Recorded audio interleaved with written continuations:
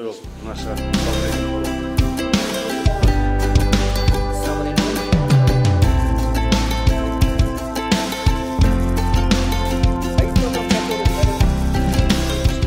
Өзгөчө кырдаалдар министрлигине бүгүнкү күндүн мааниси аябай чоң. Себеби дегенде ошол күн менен биз эл аралык көп уюмдарды бул жака чакырып, аларга көргөзүп, канчалык биздин Кыргызстаныбыз оор акыбалда тоолуу аймак болгондуктан жашаган шартыбыз кыйла оорураак болуп эсептелет. Жана бизде өзгөчө кырдаалдар бизде көп эсе көп катталат, башка жөнөкөй мамлекеттерге караганда да.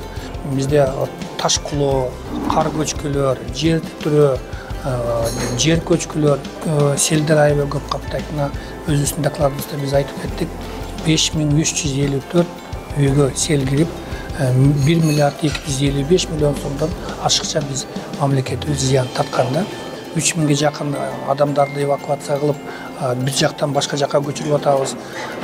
Кооптуу жерлерден Кыргызстан боюнча 60тан ашыкча калдык точолорубуз бар. Ал жерлер дагы бизде кооптуу жерлер болуп эсептелет. Ошого мына эл аралык уюмдар бизге аябай жакшы жардамдарды беришет.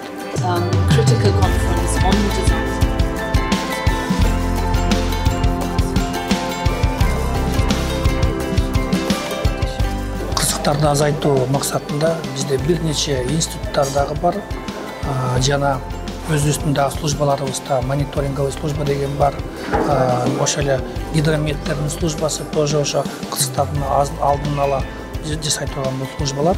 То есть алардын маалыматына биз таянып, алдын ала жумуштарды аябай көп жүргүзөбүз. Бул курулуш жумуштарынын 2-3 түрү бар.